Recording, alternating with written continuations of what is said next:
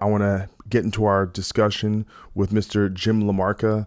I've known this guy for a long time. Obviously, I had Mark Hunter from Chimaira on here, and with Chimaira announcing that they're doing a reunion show, Jim thought it would be a good idea to come on the show, give some of his background, tell some of his story and why he left the band and why they're getting back together. So it's exactly why this show exists, and I really hope you guys enjoy it. This is my talk with Jim LaMarca.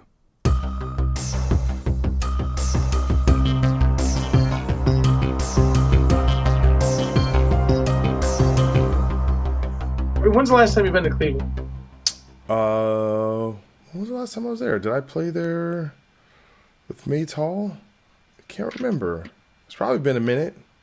It's been a while. 2 years, 5 years? I don't know. Probably with God Forbid. Maybe when we played with Five Finger Death Punch. When was that? No. We played with Shadows Fall at the Peabody's in 2012. 2012. So it was pretty shit back then. It's so much different now. The city is. Well, every time I went back, it was built up more and more. The downtown. Well, it's at the best it's ever been. It's unbelievable. Like, Michael, I mean, dude, I've been here. I've been home. I've been off the road since 2010. Mm-hmm. The last tour I did with Chimaira was in 2010 Mayhem Festival. Yeah. And that was the last tour I did. So I haven't traveled. I haven't left hardly the east side of Cleveland because I don't live on. I grew up on the west side. I don't even go to the west side anymore. I stay on the east side because I live on the east side. It's like Cleveland is just, and I go downtown, but like, the whole city is like, had such a resurgence, it's like unbelievable, not to get too political, but, the RNC came to Cleveland, Yeah. And that was massive amount of money. And let me explain something to you too. This is what I will definitely say this about politics. This is one thing that I like to say. I asked people, I did a personal survey when this whole election was going on. I did a personal survey of customers, whites, Jewish, black, Russians. You got everybody coming through. Everybody. Dude, I'm racist, man. I cut everybody's hair. That's racist. So, that's racist. That's the definition of racism when you cut everyone's hair. I cut everybody's hair, okay? Everyone's hair sucks, okay? It's just the way it is.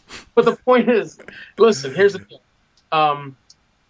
I asked people, did you watch the RNC? Oh, I would never watch that stuff. I'm like, okay. I'd ask people, who I knew were Republicans or Democrats. Did you watch the DNC? Oh, I would never watch that. That's the freaking problem. I watched both of those things 1, 2, 3, 4 days of it, both RNC and DNC. And when I watched the RNC, I watched CNN. When I watched the DNC, I watched Fox News. That's how I did it. And let me tell you something right now. I'm not going to tell you who I voted for. I did vote for Obama the first time. Mm-hmm. I didn't vote for him the second time. But I will say that I voted for him. And my dad will not see this podcast because he's hardcore Republican. Mm-hmm. And I'll tell you this much right now. He'll never know that I voted for Obama. Okay? You just because you won't tell him.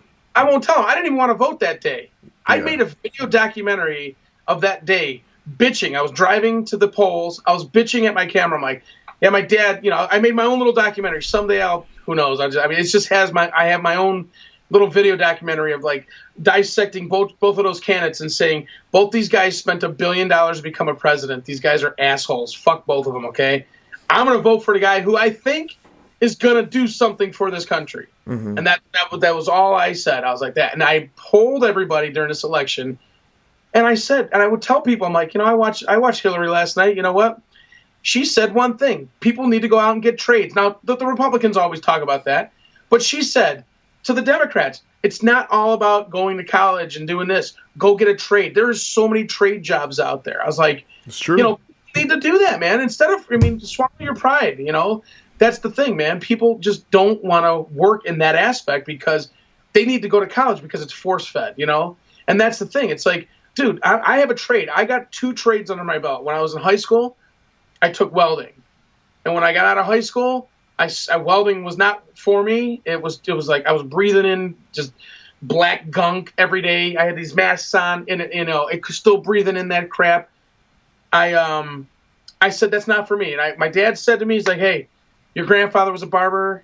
That's a whole history of my family being barbers and coming to America. Mm-hmm. You know, the Italians, the Sicilians, both. My dad's a Sicilian, so when his family came to America, it was like everybody. You know, you go get a job. His father died in the coal mines in Pennsylvania when he was 13 years old. My grandfather, his father died. He had to raise his 8 brothers and sisters. Mm-hmm.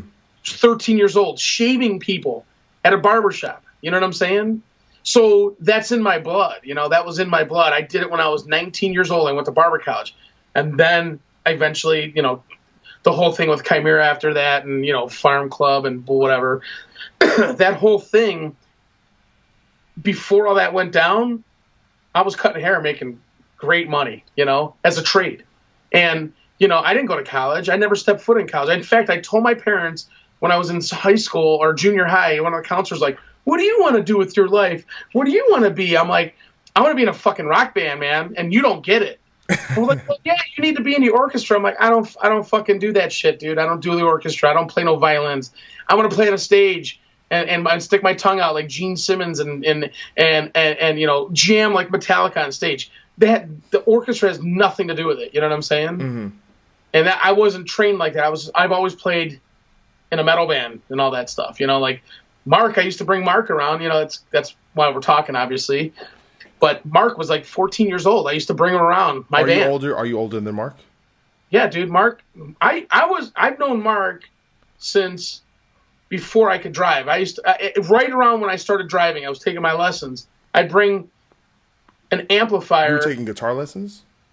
No, driver's lessons. Oh, driver's lessons. Yeah, okay. 16. I was just 16 when I met him. He was like 14. So I used to bring my guitar over his house and bring my buddies and we go jam.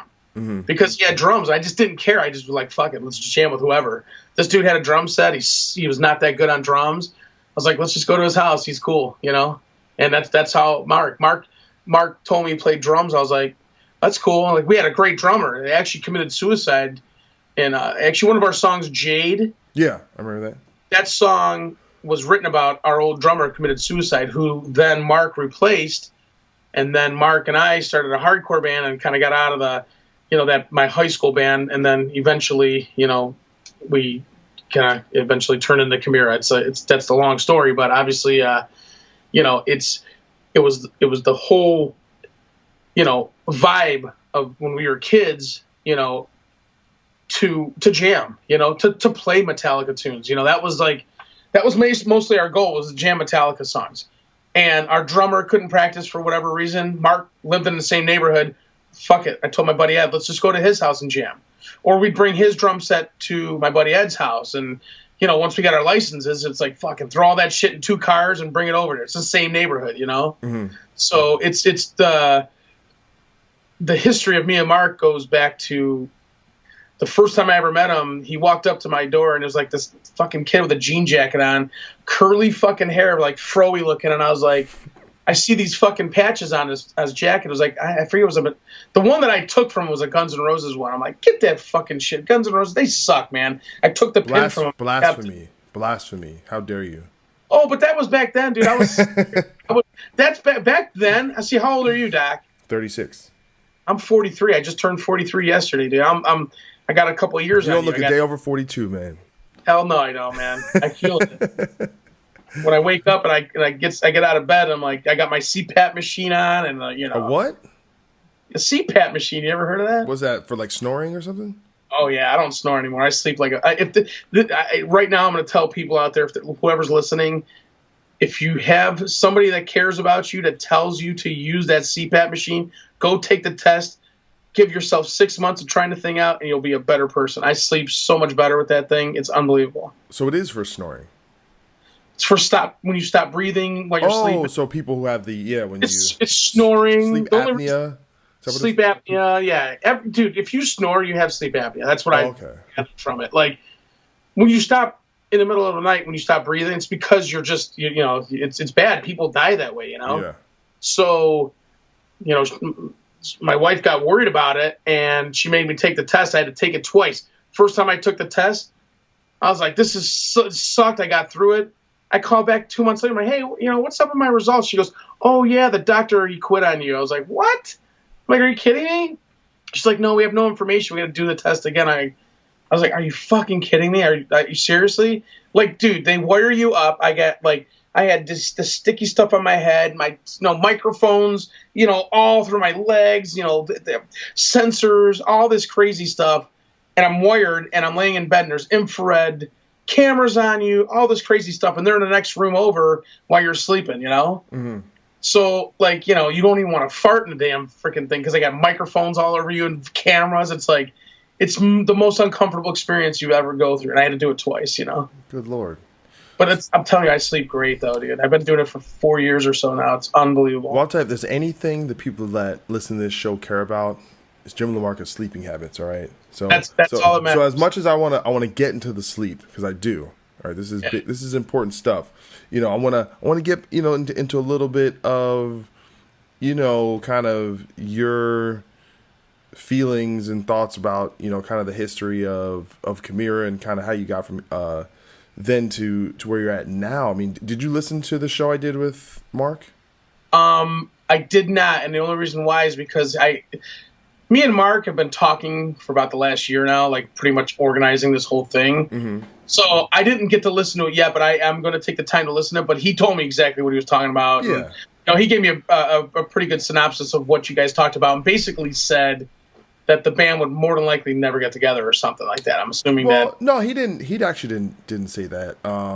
But he was, listen, I the reason why I brought that up is because for this show, I don't want to like rehab. Let's say I have different people from the same band.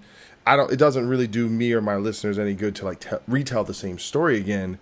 But right. At the end of the day, you will have a certain perspective that's uniquely your own. So I'd love to know, how, being where you're at now, how do you reflect on kind of the years that you were in the band? I am glad that the 10 years that I played in Chimaira, excuse me, I am glad that I met majority of the people that I met in other bands, like yourself, your guy, your band, you name it, all the bands that we're friends with. Like I absolutely love being around people. I'm a barber, so mm-hmm. I love being on the road.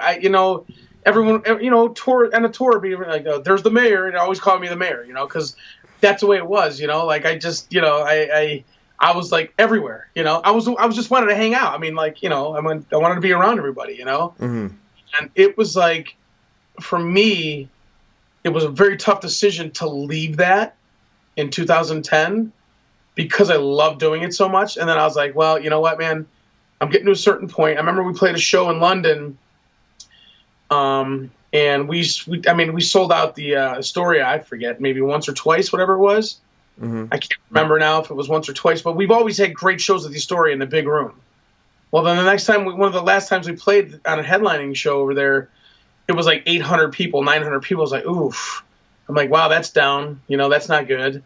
And then, certain things happened with management that I disagreed on. And, I kind of got in an argument, not an argument, but just a friendly talk, like, hey, our manager's like, you guys need to come back to Europe again. I'm like, fuck that, man. How many times are you going to fucking play over here? We come over here all the time. We need to, we were supposed to do Asia, shit fell through. We're supposed to do all these countries. Supposed to do South America, stuff fell through. Well, like, I mean, it's like what's the problem? Like, why, how many times do we have to go to Europe? I mean, are we that much needed over there? I mean, well, I think what I've noticed, this is kind of from the outside looking in, especially being a band, God forbid, was not very big in Europe, even though we did our best to keep going back and keep working the market, is that the U.S.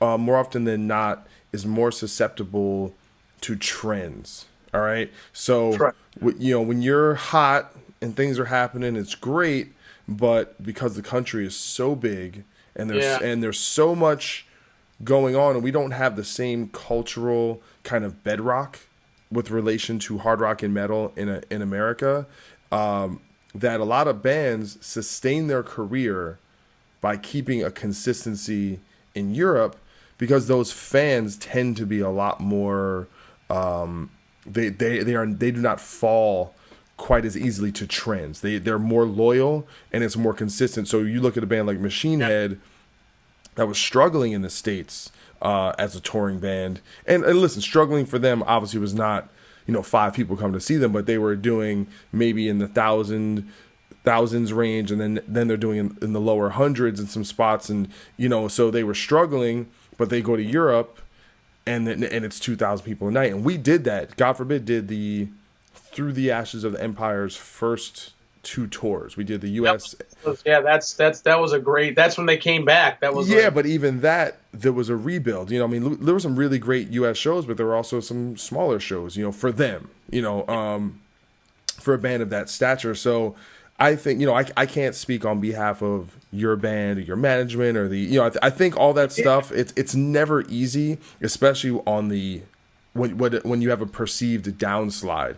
And the thing is that I think with a lot of bands, I don't care who you are, there's going to be ups and there's going to be downs, and you have to kind of weather those storms until it kind of comes back around. And a lot of that, especially in metal, has to do with the creative output. Like if you're putting out great stuff and people can point to this, we see it all the time. Like I mentioned, Machine Head, how they put out Through the Ashes of the Empires, and all of a sudden there was a renewed interest in the band because they put out something that people connected to. So I definitely understand that, but I'm assuming that was maybe your management's notion is, hey, we're looking at where are the offers coming in, where's the money. The offers are coming from Europe. So I don't know. I could be wrong.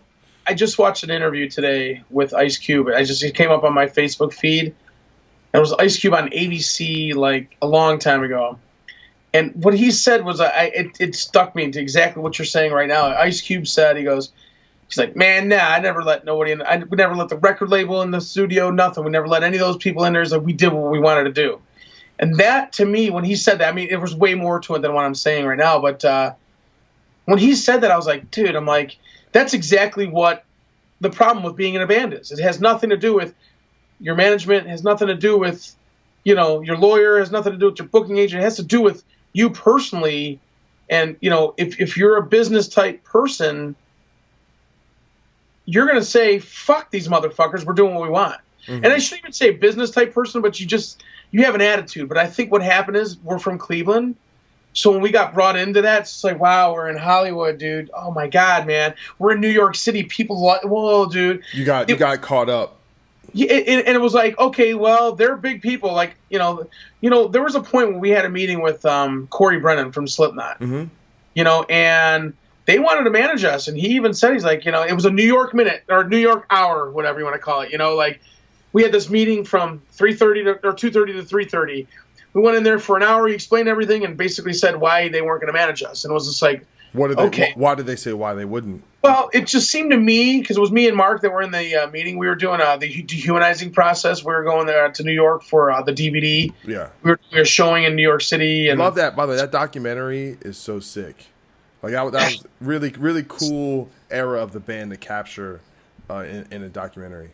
All that stuff's super hard to watch for me. Yeah. But it's super hard to watch for me because... Is it because it's real and it's true and it's painful? It's real and it's true and it is, right, all that. And, it was hard for me since I left the band in 2010 until about a year ago to start listening to Chimaira again. I couldn't listen to it. Once me and Mark sat down for the initial meeting, not even a meeting.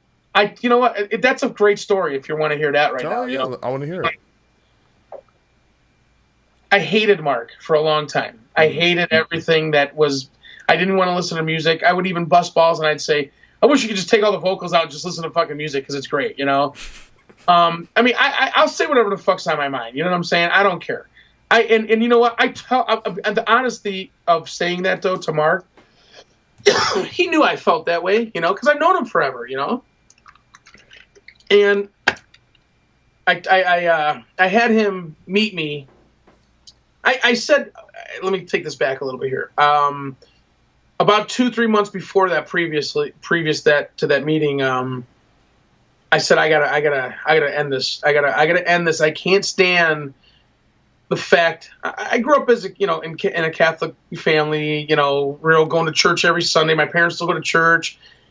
Regardless of whatever, I don't give a fuck what anybody thinks. I was raised that way. That's the way it was. Like you go to church, you try to forgive. In that mentality, you try to forgive people. When I see people like the family gets murdered, and the other people that that are in a family will say to the other family, they'll say something like, I forgive those people. Like I could never understand why they would do that. I would have so much hate. Mm-hmm. And that's the type of hate that I had towards the band. Not the band, but Mark. Mm-hmm. And at one point I said, you know what? I'm just done. I'm done doing that way. And from that point, actually, it was me getting a hold of one of my other buddies that I haven't talked to in a long time, excuse me, who became friends with Mark after I left the band.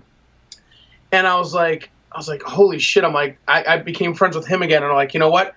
I don't want that anger anymore towards him. And that's when I realized, I'm like, you know what? I'm going to end it with Mark. I'm going to end that whole thing. Because I knew in my head, I told the guys a long time ago, I knew in my head that eventually we're going to come back around. It's going to come back around. In my head, I knew that. I told him we need to take a 2-year break. In 2009, I said we need to take a 2-year break from all this touring. I want to have a family. I want to have a kid. I'm getting married. I got married, whatever. I wanted to do some of that. It's unfortunate you can't have your cake and your ice cream too. You know what I'm saying? Yeah, you can. I have a supermarket here. They have cake and ice cream, and I could pretty much eat it whenever I want. Well, Dairy Queen's got the best. I mean, you can't touch that. All right. Just saying. I'll back it. What about ice cream cake? That's what I'm talking about. That's the best. Boom. Oh, by the way, and Mark told me about that, that you had, and I was asking him about how you ended up exiting the band, and he mentioned that you did suggest that they take a break, and his perspective is, in hindsight, that he should have listened to you. And that's why we're getting along so well now.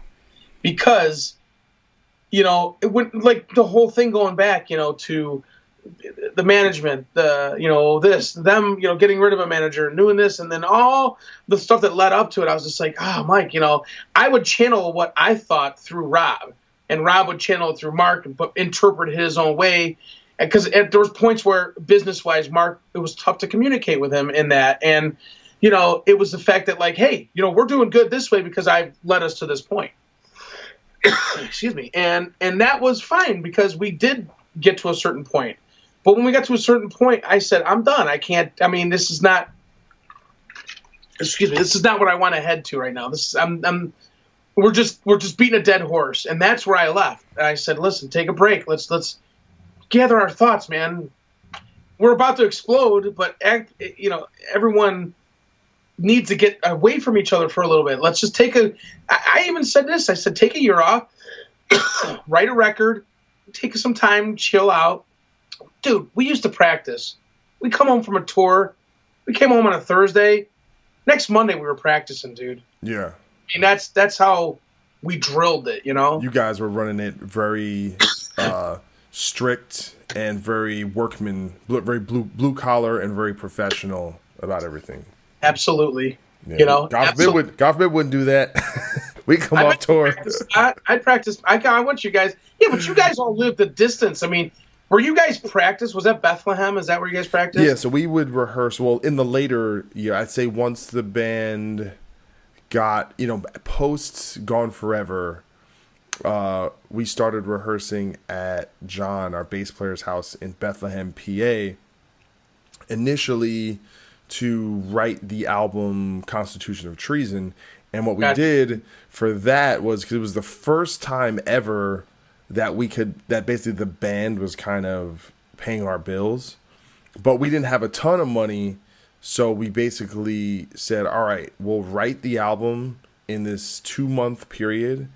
And I think, for about, 6 to 8 weeks, whatever, we basically rehearsed 4 days a week, and we would just all drive up there Monday, Tuesday, go home Wednesday, and then go back up for Thursday, Friday, and just jam all day, and wrote an entire album in like 6 weeks, which we've never, before or since, we never did that. I actually really liked that experience of kind of being completely immersed in that and being kind of dedicated to that every day. But and then from then on, we pretty much would rehearse there because it was cheaper. We could leave our equipment there, and he lived out kind of in a more spread out suburb, and all the neighbors were cool, and yeah, well, that was our spot. But I went there. Do you remember me going there? what were you there for? Were you guys playing it at the Croc Rock or something? Played at Crack Rock, and Corey picked me up. I think Corey picked me up, or wait. Hold on this. So all right. No, either you picked me up, I think, maybe. But here's a question. So Crocodile Rock, for those listening, was a venue in Allentown, Pennsylvania. Really cool venue, good people down there. Now, a question for you: did you back the pizza at Croc Rock? Do you remember the pizza? I think the pizza there was off the chain. I thought it was the best, but if I remember correctly, I definitely said, "Oh, that's fucking good." Yeah. It's about all I can remember. Okay. But I don't know if it was that pizza was there, or if it was must have been an after show pizza. Or something. No, they had their own pizza place like connected to it. I definitely had it then. I definitely remember it being good. I do remember going to a diner or something around the corner, and it was not that good. It's okay. I can't vouch for the diner, but anyway, that's not to kind of weigh us down too much. Can you tell me what happened in that meeting with Corey Brennan though? Well, it's been a long time, but basically, what did he say why he couldn't work with the band? He basically said he seemed that we were bigger than what we were on paper. That was the comment that I remember, and it wasn't. You acted like you were bigger. No. Like the way he was portrayed, the way that he was told about us through everybody was that it was bigger than what it was, and then all of a sudden he looked on paper and said, "Oh, that's it." But he got hyped up by everybody. He said everybody talked us up so much. Well, why take the meeting?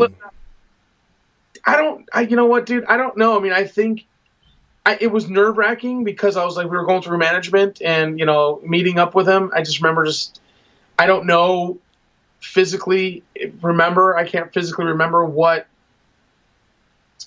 I was thinking at the time. I was like, you know how New York is when you go there, dude. There's so much going on. I mean, I'm from Jersey, so it ain't that big of a deal to me. I know, but you go there and you're like, okay, this big management company. They want, back in the day, we went to go to Concrete Marketing, okay? Mm-hmm. And you remember Concrete? I think they're still around, obviously, right? Yeah.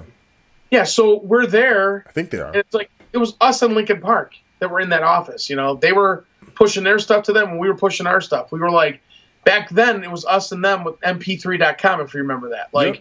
We were getting, pretty heavy hitting on MP3.com, and I remember going, to that meeting. I think Tom Hazard brought us to it, and it was like, we get in there, and I'm just like, there's this band Linkin Park, and I'm like, I think I kind of heard of them through like Spakuza and Mark, and Rob are like, this band's pretty good. I'm like, oh, okay, whatever, I didn't hear them, then all of a sudden they blew up on the radio. I was like, oh, that was that band? I'm like, wow, those guys are good. But I remember meeting that Mike Shinoa guy, at that. And, I talked to him for a little bit. I'm not afraid to talk to anybody. So I just basically, shoot the shit with him for a little bit there. And, I ran into him at a bar one time. He's like, I remember you, man. That's great, man. How's your band going? I'm like, yeah, we're doing all right, man. We just played the whiskey down the street, man. Yeah, check. Yeah, it's cool. He's like, we were at the Staples Center. That's cool. Yeah, whiskey, yeah. That's cool. intimate. Oh yeah. Did you guys tune your own shit? That's what he said. No, hell no, he didn't say it. He bought me a drink. I hung out with him, and I watched that Shifty Shell Shock guy, the guy from Crazy Town, pick up this hot chick that these guys were all talking to, and I was like, I'm sure he picked up many a hot chick back in the day, or even recently. You never know. So, anyways, yeah. Given that. You were in the midst of kind of this groundswell of because people who don't really remember late 90s, early 2000s, that the whole new metal kind of almost like the burgeoning of the kind of what is modern radio rock now. Yeah, there was a lot of money going around. There was a lot of deals going around, and if you were the right band in the right time. You could definitely secure a really good record deal and get a lot of promotion and kind of get what I call the package. The package is like you get the big record deal, you get the street marketing, you get the big tours, you get the nice video, you get a real push. You were able to really push a band in a way. And Roadrunner specifically had a really great apparatus Big time. in the U.S. and Europe to really break bands. And this is one thing I talked with Mark, but I kind of want to get your perspective on it. Was your expectations ever like what were your expectations at the beginning, and then how did that kind of transition when the actual doing and living and being in the band, the reality of that, how did you kind of put those together? I'll sum it all up in one easy statement that somebody else said. We actually did take that back. I think I might have said it. We were playing a show to showcase out in Los Angeles, and me, Mark, and Spikuza flew out there, and Andals, Rob, and Jason Hagar, our old guitar player, drove out there in a van.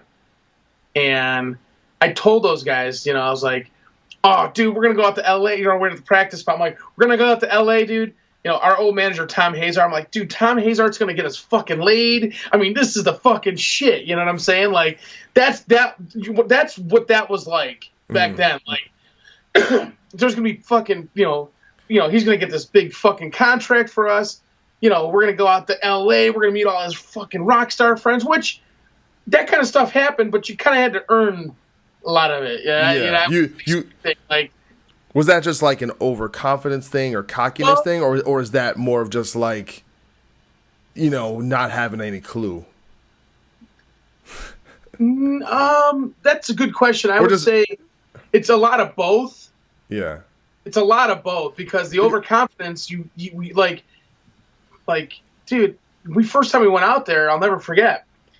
Stefan, right before that, Stefan wore our T-shirt at Rock in Rio down in Brazil. Yeah.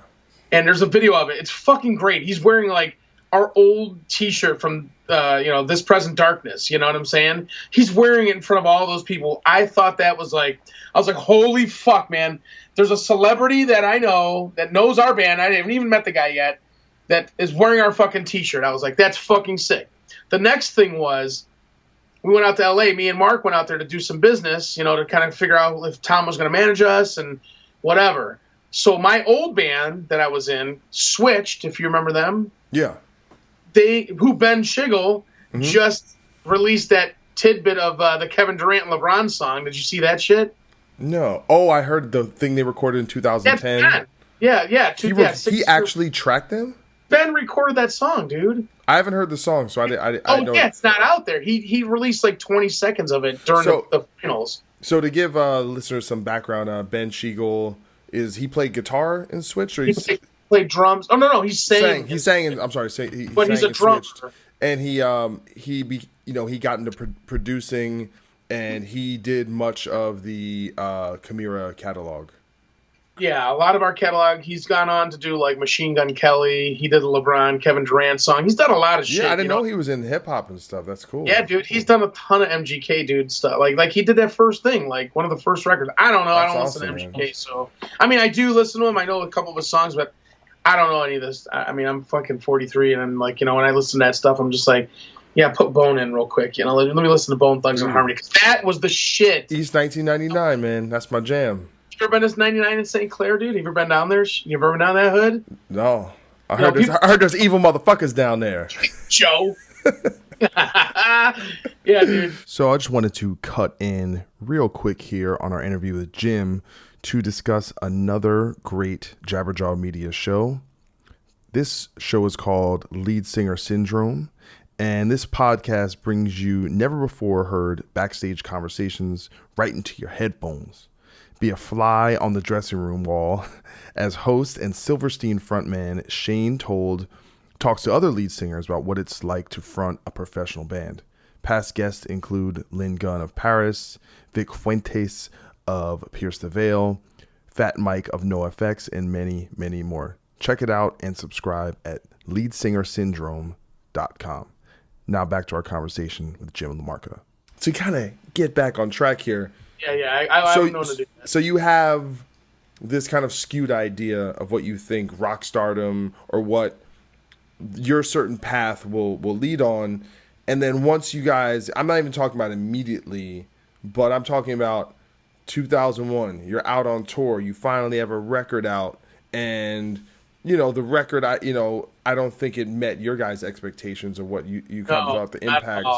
No. And then obviously with Impossibility, there was a big rebound, and all of a sudden things are starting to happen. So like what, how did those skewed expectations contrast with what eventually was just a kind of mid-level working career?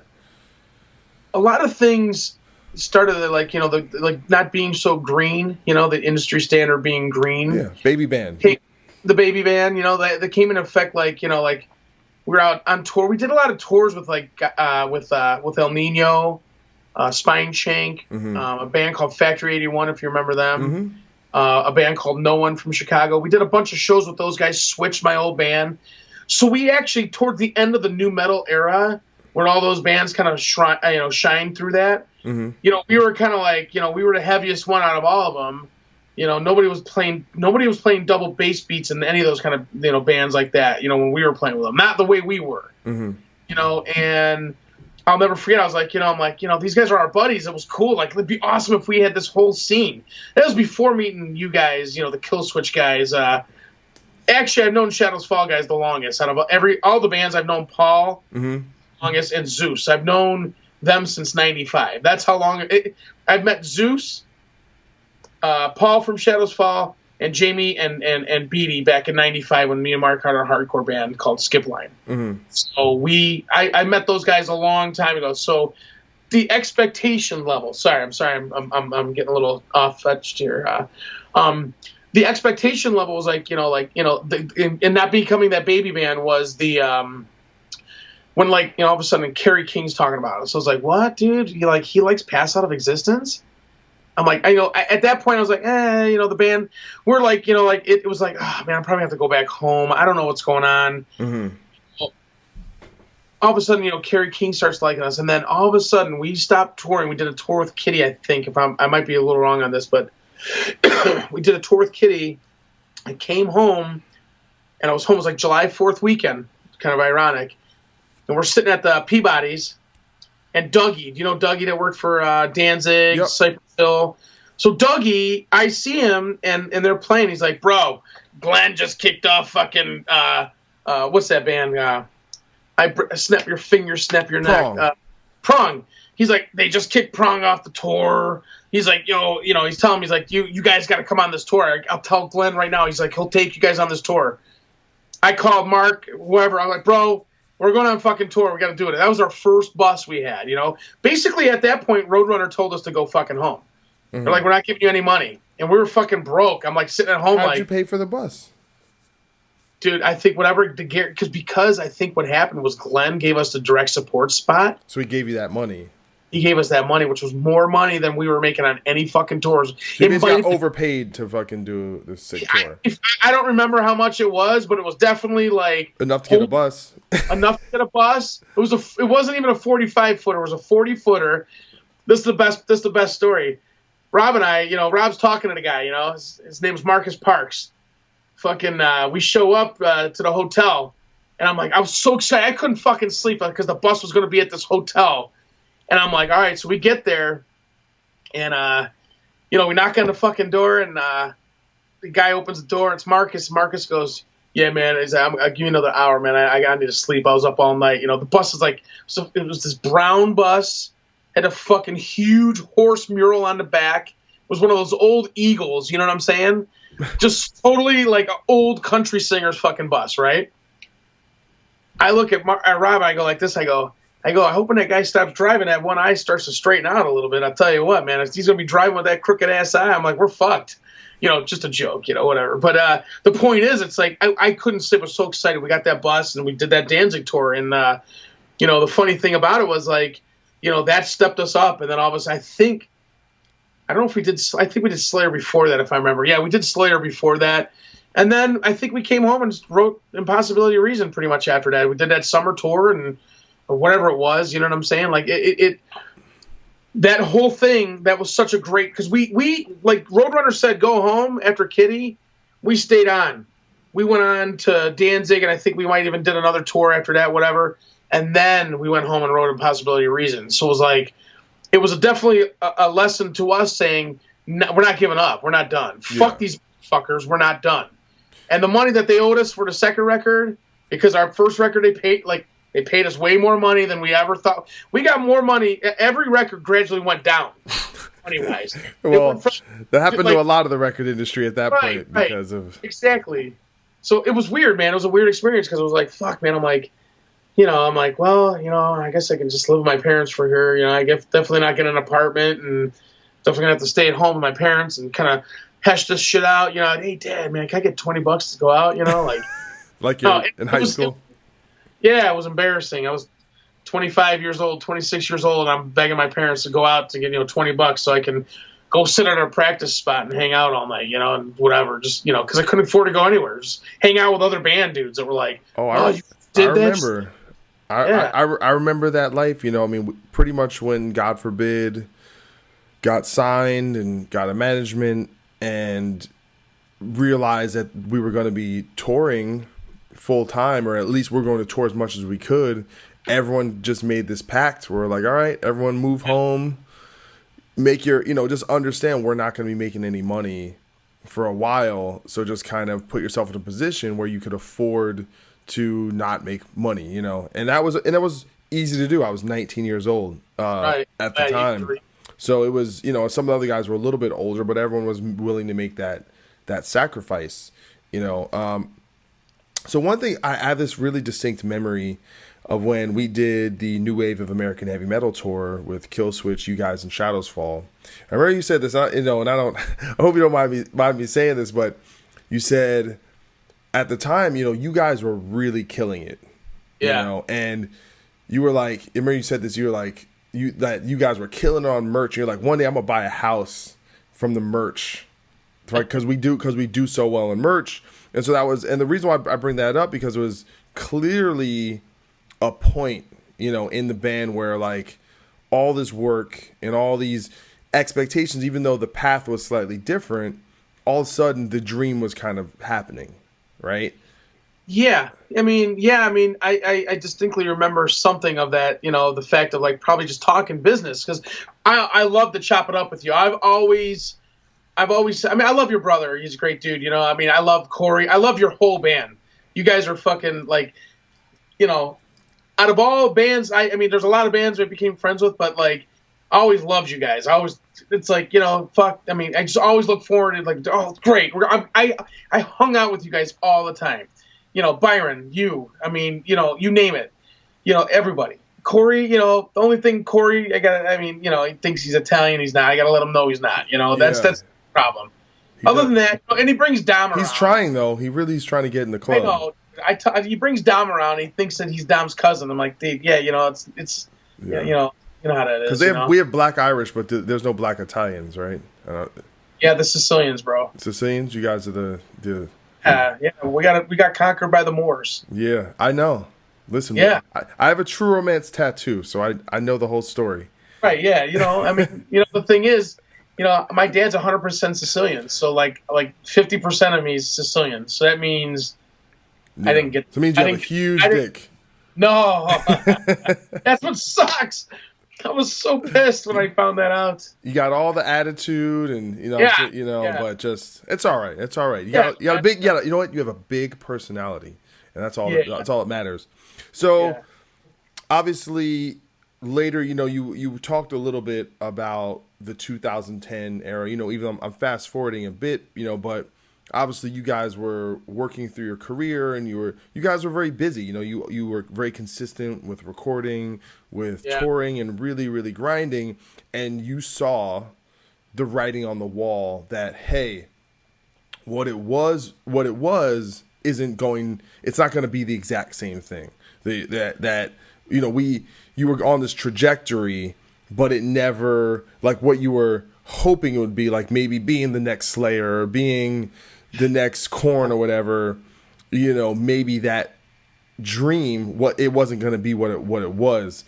Am I somewhere in the ballpark? Oh, yeah. You absolutely nailed it on the coffin and nailed it, and like, you look at, I look at our whole history, and I just exciting moments of like behind me is that Slipknot tour we did with us, Fear Factory and Slipknot, we opened 5 of those shows. Yeah, I remember those. Where it was at the New York area, right? No, it was Midwest. It was Chicago, Milwaukee, Did you guys play Kansas Des City. Moines? I don't remember. I don't think so. I feel like no. I feel like we did Iowa. I can't remember. Maybe we did, but it was it was Midwest. But Yeah, I remember you guys. I definitely remember. Yeah, I mean, dude, it was great. We hung out. yeah, In St. fact, Louis. We played St. Louis too. St. Louis, the pageant. Yep. Yeah, it was great, dude. All that shit was great. What were you saying though? The question, because I forget. I got lost track. No, I just the whole kind of theme. Corn. The whole theme of kind of this part of questioning is really about this idea of expectations, and you made it clear earlier that with your decision to kind of take a break was that kind of seeing that, hey, maybe things aren't, the band isn't at the place like you mentioned. Oh, we were doing 2,000 people in London, now we're doing 800, and that was discouraging for you. I think, right? Or is that wrong? Yeah. I think what happened was I also think that too, not as well as that, is that most of the expectations, you thought this was going to happen, you thought this, but then you see these other bands and you tour with them, and like Mayhem. It's like you're out on that tour, and like Korn and Rob Zombie, and you're like, God, I'm like, that'd be so sick to have that, and like. You know what? Maybe in my mind, I was like, you know what? At that time, with when we did Korn and all that, that last tour with them, I mean, they took us to Australia, which was amazing too. So, seeing those kind of bands also kind of made me realize, I'm like, wow, I don't think we're ever going to be that band. You're right. So the expectations were extremely high, but to that point, I was like, oof, well, okay, let's reassess this now. Mm-hmm. And nobody wanted to reassess it with me. Yeah. Everyone's like, oh, I need to make this money because this. I go, well, listen, I'm sorry, man. I can't do it anymore. I told Rob I was in London. We flew in, and I told him, like, let's have the meeting. It took like a week or so to get the meeting together because Matt actually left his passport in America. I couldn't make the flight to England, and missed a couple of days of the tour or something. Or maybe it was crazy. It was a crazy time. But like, I don't know if it was Trivium or I think we might have been out with Trivium, and I'm like, now here's my perspective, and I will tell you this, and I won't say anything bad about these bands. Has nothing to do with them personally, has nothing to do with, whatever, but like it has to do with Roadrunner. Like when we started off with Roadrunner, as soon as we started, we were like, oh, this band's going to sign. All of a sudden, boom, here comes El Nino. Boom, they just took over the spotlight, okay? Mm-hmm. All right, whatever. We put out Possibility of Reason.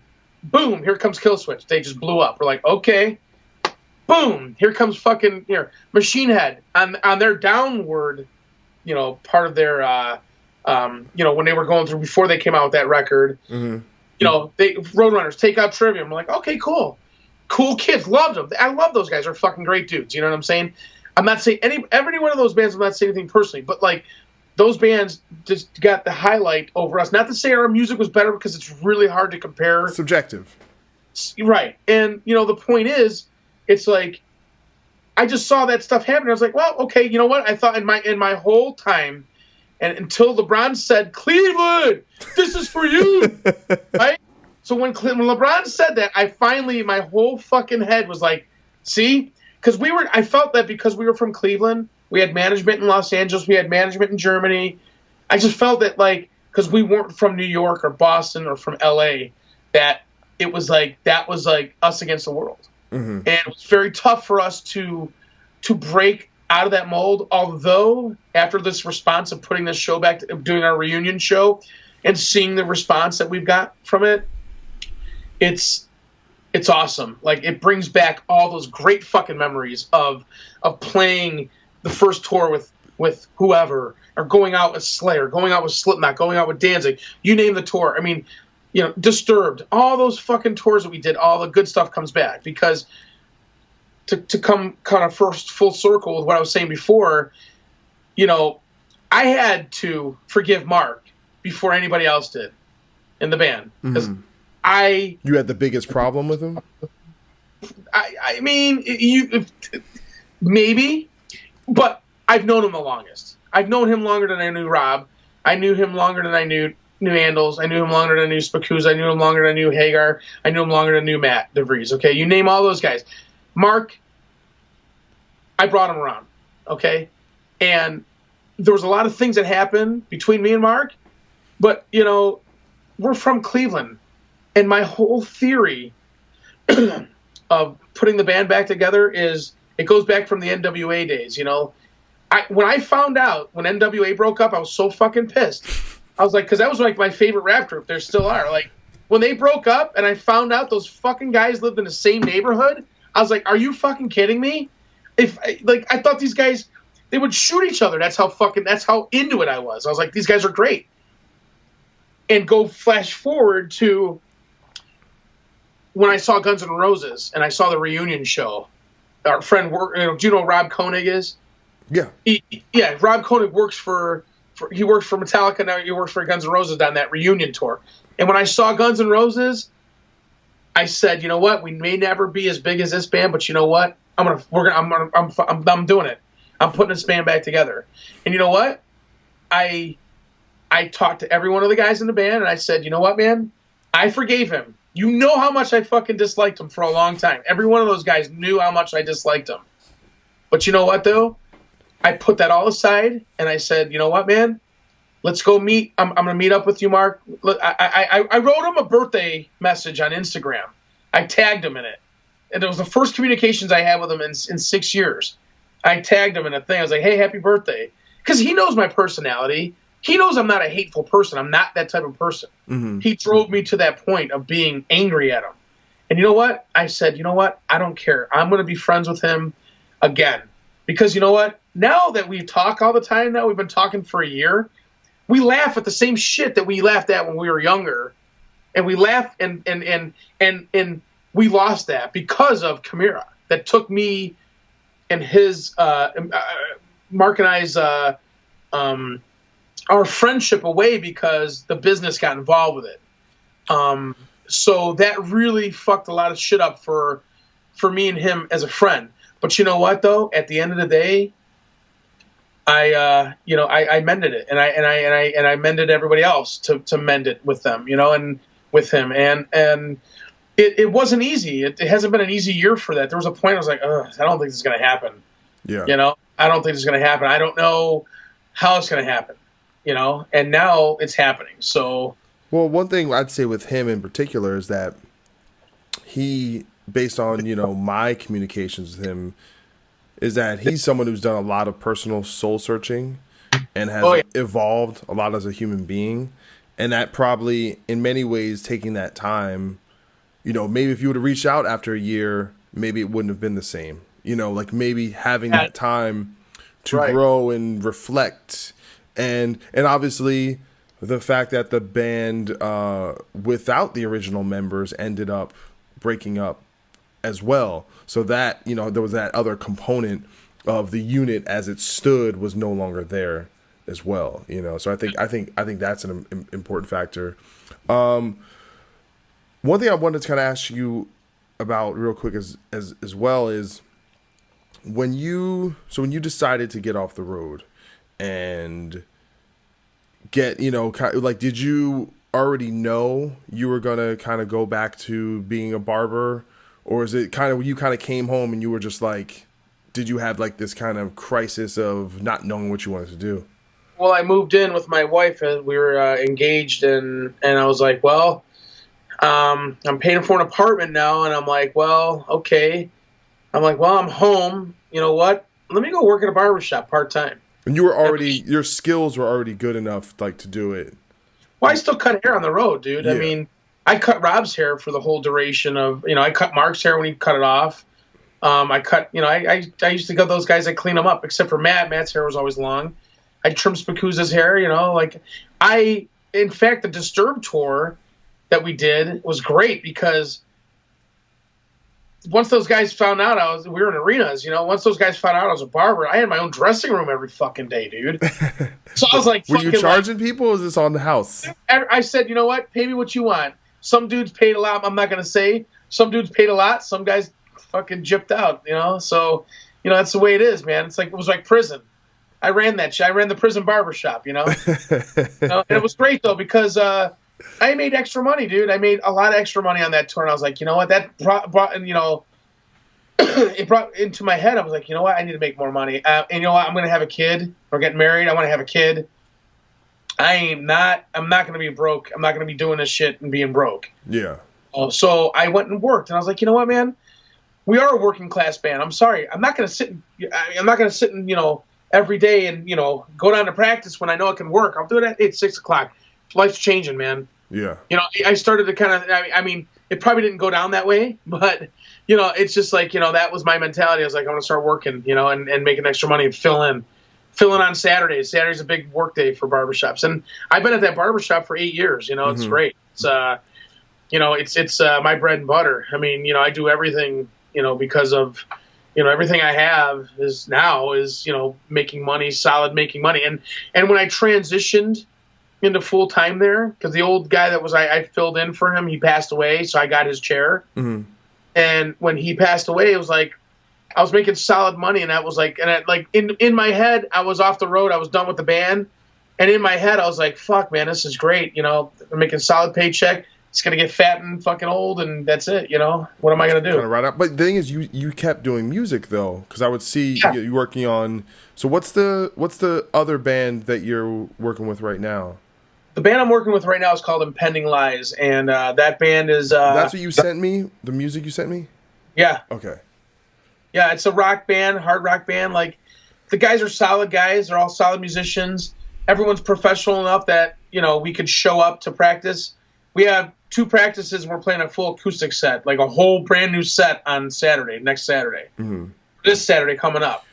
And, it's great. I mean, dude, I got a acoustic bass, I say you got a keyboard behind you. Yeah, so even though you were off the road and you weren't doing Chimaira, music was obviously, and playing in a band is still something that was like a itch you still needed to scratch. I haven't stopped playing. I mean, ever. Yeah. I mean, I just play locally. Yeah. When I left Chimaira, I was in a band called Ten of Fly Viper with the Mushroom Head guys. Mm. So that band, while I was in Chimaira, we recorded the record, released it. They wanted me to go out on the road, and eventually, I was like, I can't do that, dude. I'm done with the road. I'm done with that stuff. And I mean, it would have been cool to kind of be in Mushroom Head, but I'm like, I don't think you guys can make a mask this big, for my face. So, I don't know if y'all seen Jim. Jim, like me, I got a big head, but Jim got a big face. You know what I'm saying? There's a difference between big. I got a big head. Like my head, like I got a big head, got a big neck. You know what I'm saying? Yeah. But you got a big face. You know what I'm saying? I'm a big head motherfucker. You a big face motherfucker. Oh, I'm all face. It sucks. You know what I'm saying? It sucks. Neck. Yeah, but someone punches you in the face though, like your like bones in your skull won't even feel it for like you have like a 2-second brace. I've had big guys say would never fuck with me, and I go, why? It's like, because you can't hurt you. You can't hurt you, and I'm like, you know what? Every fight I've ever been in, I hurt myself more than somebody hurts me. And it's the truth. I mean, I don't fight anymore. But I saw this post from Hoya today. It goes, Chippendales is hiring. He's like, haha, got no neck for the bow tie. I'm like, that's so true. Dude, I know my neck definitely got thicker from headbanging all these years. Like I can't wear like a normal shirt. I'm not, I don't know if I'm on Hoya level or like Corpse Grinder level. That guy, yeah. Neck or Sean Martin from Hatebreed. Those are like the. Those are good necks. Those are muscle necks. Those are the Hall of Fame heavy metal necks. No. So so when you like have a new band like that, is your, what's the mentality? Like, do you understand the goals of like, all right, this is just a local band, we're just doing it for fun, or do you have broader aspirations for something like that? I micromanage it. I'm good at managing things. That's one thing I can do. But manage to what end? What is the goal? Just local shows, dude. Okay. Nothing, no stress, nothing. Okay. If 5 people show up, I don't give a fuck. I'm happy. If we had our Christmas show last year for this band, Impending Lies, and I didn't create this band either. I joined them. Yeah. They've been a band for about 5 some years, and I joined them about a year ago. And dude, we play with in-ears. We got a whole rack system. Yeah. I mean, it's pro as fuck. Like when we set up for a show, it takes 5 minutes. Yeah. Shit, turn it on, dude. It's ready to go. It's fucking great. I love it. It's the best to play original music. It's the best type of band to be in, like for original music. We just get up and play. It's great. And the question was, what were you saying again? The question, I answered that real quick. No, I just wanted to know, like, as someone who, just being someone, because, where we're in that similar boat where we were doing one thing and that was our bread and butter, and that's how we toured and we did the whole thing, and then we transitioned out of that. And then you're still doing, it's like me, I have a situation. I have another band called Vegas Nerve, and I pretty much started that as a passion project. And I'm totally willing to like keep going and take it beyond local band. It's not even really a local band because it's bi-coastal with the members, but I'm interested to just see and hear how other people in that position, like what are the motivations? Because I feel like there's so many people that they don't want to do something unless they think it's going to be big, right? They like, a lot of people don't do things just for the joy of it and just for the art of it and just for the camaraderie and just, you know what I'm saying? Like that's just really interesting to me to find that out. I think what I do is, like, ever since I left Chimaira, it goes back to the drawing board. It goes back to, like, okay, I was in a hardcore band. I did Ten of Fly Viper. I did this hardcore band. At the one point, I was just fucking record the record. Let's just get it done. You guys, everyone's got all this shit going on in their lives. I'm like, let's just fucking get this done. They wanted to get rid of the drummer. I was like, whatever. These are your friends. Let me just manage the band. Let's get this fucking record done. It's Rob's first record he produced. Oh, Rob produced it. Yeah, Rob produced it. Rob and I set up a deal. I said, Rob, I think Rob approached me. He's like, yeah, I want to record your band, because it'll be my first project. I was like, well, fuck yeah, let's do it then. He has a whole studio in his house? No, he took Chimaira's old practice room and converted it. If you go to Rob Arnold World and look at pictures, that was Chimaira's old room. Okay. And he owns it now. And it's fucking like laid out now. It's awesome. It's a whole recording studio. He did a lot of, like Rob called me, like, because I'm a barber. Rob's like, hey, I'm looking to get some drywall. I'm like, I got a guy. Boom, get the drywall for him. You know what I'm saying? Like that's Italians know what a drywall guy is. They got a tile guy. They got a plumbing guy, electrician. Right. You know all those motherfuckers. Landscaper, you name it. All that shit. One guy came into my barber shop one day and he goes like this. He goes, yeah. He's like, yeah, you guys, you know what a cement guy? I go, that's fucking racist, bro. That's fucking, you're saying I'm looking. Like, fuck you. I mean, you look like you could lay the shit out of some cement. I'm not gonna lie, man. Like good work. Yeah, that's the thing. Like, I'll do whatever, but I'm not gonna lay cement. I did my pad for my shed. I laid cement down. It was the fucking worst.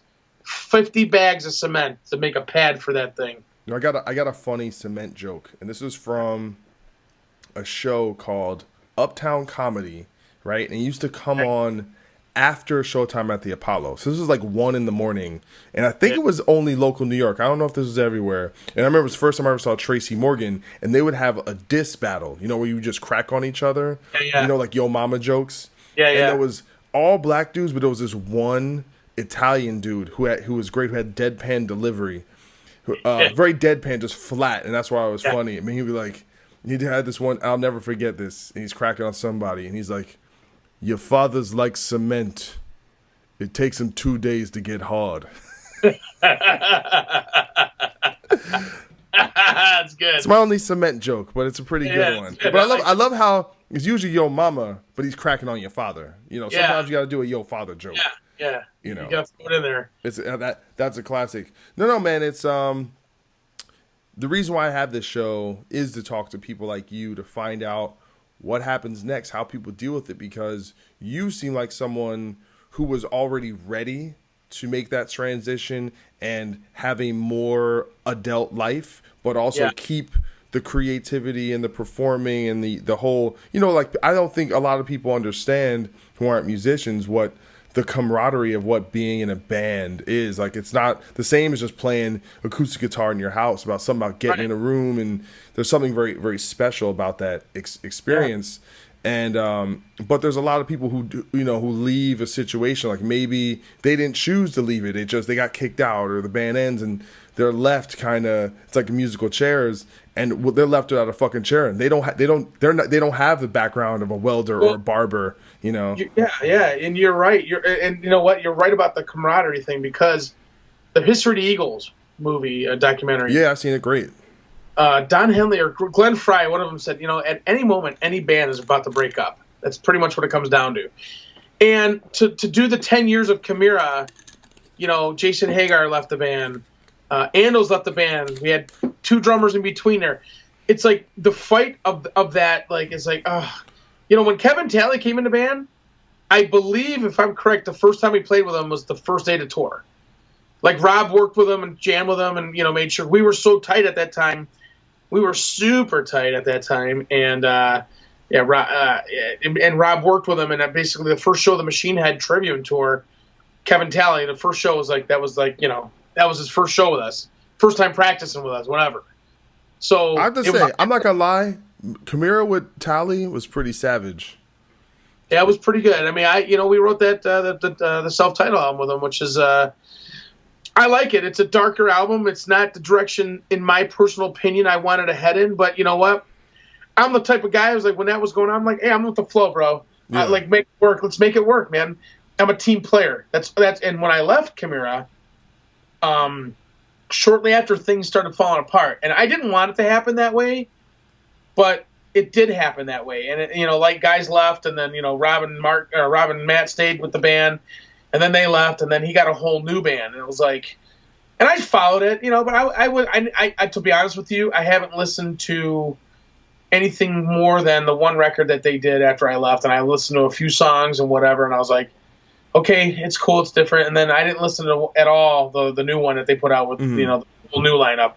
And the only reason why is because it kind of like my anger was at a peak at that point. I'm like, I was like, this is bullshit. I should be in this band. I mean, I kind of not regretted not being in it, but I also thought, fuck, I worked so hard for it and it's still going on. And it's like, all these new guys and, what happens if it takes off and then all of a sudden, but, it's Chimaira, so it never did. It's complex. It was a cool record. I think, even Mark pointed out that not having the original members hurt, the overall connection I think fans have with the band, which is evident. I'm gonna let you go in a second, but I wanted to ask a couple more questions. So you guys have a reunion show coming up, and that's in December 30th. It's one of our annual. We used to do an annual Christmas show. Did you guys ever play that? Never did. Okay. Never got an invite, but it's cool. We were only 8 hours away. It's cool. Yeah, it's cool. You guys probably want to keep all the money. Take all the rider, take all the dressing rooms so you could cut people's hair in them. You know how motherfuckers do. Leave none of it. Like, give us a 6-pack and a sandwich. What? $6 for a beard trim. Come on, I'll line it up. Let's go. Are there any plans to do anything else, or is it just a one-off? Let's just get through this one. That's our attitude right now. Let's just get through this first show. I can't say that there's not going to be anything. I don't know. I mean, I put a couple feelers out for, a couple things, a couple ideas, like through, Mark and whatnot. And, it's basically like, we're just like, let's just get through this shit right now. We got so much on our plate for this show. So, I definitely don't know where we're at with, with anything else, to be honest with you. If you look at the reaction that we had, a lot of people want to come to Europe, come over to Europe, come to fucking Brazil, come all these places. I'd love to. It's just, I have a full-time job. I have house payments now. They say, like, when, the band got back together, people are like, oh yeah, people are coming out of woodworks. I'm like, yeah, the fucking IRS is coming out of the woodwork. Insurance comes out of the woodwork. People are, I mean, that's who wants the money. Yeah. I got to pay. It's those bills, and everything that I do in daily life is much more important to me. I have a 4-year-old son, so that's my buddy. That's my best friend. Like, that guy, everything is devoted to him. I will sacrifice everything in my life to make sure that he gets the whatever. You know what I'm saying? That's the key. Yeah. So, No, it's totally understandable. And one last thing, what's the update with Andel's health? The last I heard, I know he said to Mark, they had a good long conversation. I do Facebook messages and stuff like that, like laughing, like, LOL shit online. But the last thing Mark talked to him, I haven't talked to him physically since I asked everybody to join the band, because I'm still helping, like, we're still piecing everything together. And the last I heard, Mark said he's definitely capable of playing the show. Okay. Well, so he's health wise, but he did lose a lot of weight though. He has got some stomach issues, and if you read the whole thing, he's definitely he's definitely gonna make the effort to get healthier in that aspect to make all the fans happy. Right on, man. Well, send our best to him. And yo, man, thanks for coming on, man. I really appreciate it. It's really fun. We got to do some basketball. We got a little I didn't want to get, it ended running long, so maybe we'll talk some politics at some point. Even though I know in the barbershop we don't talk about it, but we don't talk it's about like it. Fight Club. You know what I'm saying? First rule of barbershop is you don't talk about religion or politics. Especially in this day and age, I don't want to. You don't want to say anything. God forbid you like somebody. But you got some brothers on the wall on any pictures in the barbershop. Any brothers on the wall? Oh, we got, we do have though. We do have one of those old school books from the '70s with all the different haircuts you can choose from. Oh, did you ever see that shit at all? It's got every type. Big afro and small afro. Yeah, dude. I'm a fade master. Okay, it's too bad. See, like right when I met you, that's when I started shaving my head because my mom used to do my hair, but then we would be gone for so long that I wouldn't get my hair cut. It would start looking raggedy. Didn't you grow it out once? Not since you've known me.